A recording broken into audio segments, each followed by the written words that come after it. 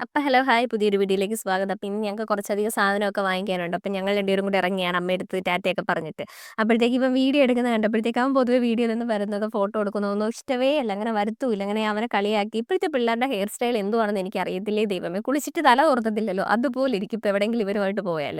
അങ്ങനെ ഞങ്ങൾ ബസ് കാത്ത് നിന്നപ്പോൾ ഞങ്ങളുടെ വീടിൻ്റെ അടുത്തൂടെ ഓടുന്ന ബസ് വന്ന് നേരെയുള്ള ബസ് കിട്ടി കേട്ടോ. അല്ലെങ്കിൽ ഞങ്ങൾക്ക് 2 ബസ് കയറണം.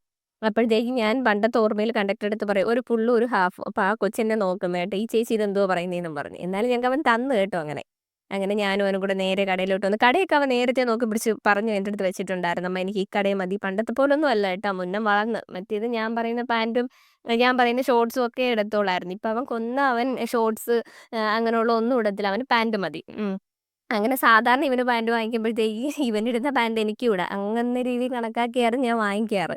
അപ്പോഴത്തേക്ക് അവൻ കുറേ പാന്റൊക്കെ ഇട്ട് നോക്കുന്നു, എടുക്കുന്നു. എനിക്കറിയത്തില്ല ഒരുപാട് കളക്ഷനുണ്ട് കേട്ടോ. പക്ഷെ പലതരം പേരുകൾ ഒന്നും വായി കൊള്ളത്തില്ല ഈ ആൺപിള്ളേരുടെ പേരുകളൊക്കെ. പാന്റിന്റെ പേരുകളൊക്കെ കേട്ടോ.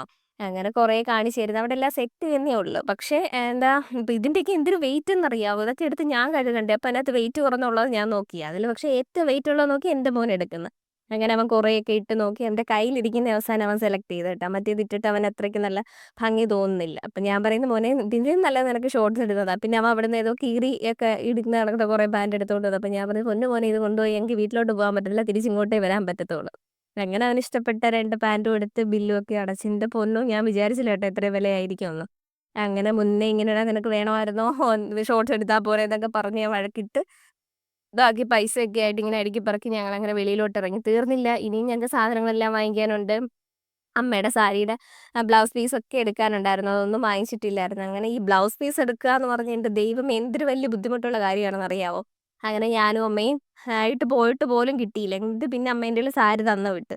അപ്പോഴത്തേക്ക് സ്വയംവരയിൽ കയറി. ഒരു വിധത്തിൽ ആ സാരിക്കൊന്നും മാച്ച് ആവുന്നില്ല. ഇവിടെ ഇഷ്ടംപോലെ കളറുകളുണ്ട്. പക്ഷെ എടുത്തിടുമ്പോൾ ഒന്നും അതിന് കറക്റ്റ് ആവുന്നില്ല. അങ്ങനെ കുറേ എൻ്റെ കയ്യിൽ എനിക്ക് തോന്നുന്നു അവിടുന്ന് ഞാൻ ഒരു ബ്ലൗസ് പീസ് എങ്ങാണ്ട് എടുത്തു. പിന്നെ അവിടുന്ന് നേരെ ഞങ്ങൾ രാമചന്ദ്രയിലോട്ട് പോയി.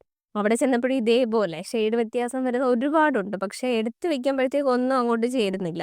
അങ്ങനെ എനിക്ക് എൻ്റെ ദൈവമേ ഏതെങ്കിലും എടുക്കാതെ പോകാൻ പറ്റത്തില്ലല്ലോ. അങ്ങനെ അവസാനം അതിന് ചേരുന്ന ഒരുവിധം വേറെ എന്തൊക്കെയോ സാധനങ്ങൾ വാങ്ങിച്ച് അവിടുന്ന് ഇറങ്ങി. അപ്പോഴത്തേക്ക് എനിക്ക് തലവേദന എടുത്ത് വയ്യായിരുന്നു. പിന്നെ ഇവിടെ പോയാലും ചായ കുടി മുഖ്യമാണല്ലോ. അങ്ങനെ ചായയൊക്കെ കുടിച്ച് സൂപ്പർ മാർക്കറ്റിൽ നിന്ന് കുറച്ച് പച്ചക്കറി സാധനമൊക്കെ വാങ്ങാനുണ്ടായിരുന്നു.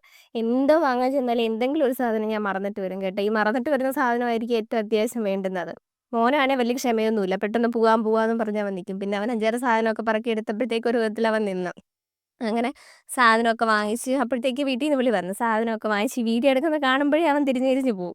അമ്മയ്ക്ക് വേറെ പണിയില്ലേന്ന്. അങ്ങനെ ഞങ്ങൾ തിരിച്ച് ബസ്സിൽ കയറി വീട്ടിലോട്ട് വന്നു. അപ്പോൾ അത്രയേ ഉള്ളൂ ഇന്നത്തെ video. Okay bye tata see U.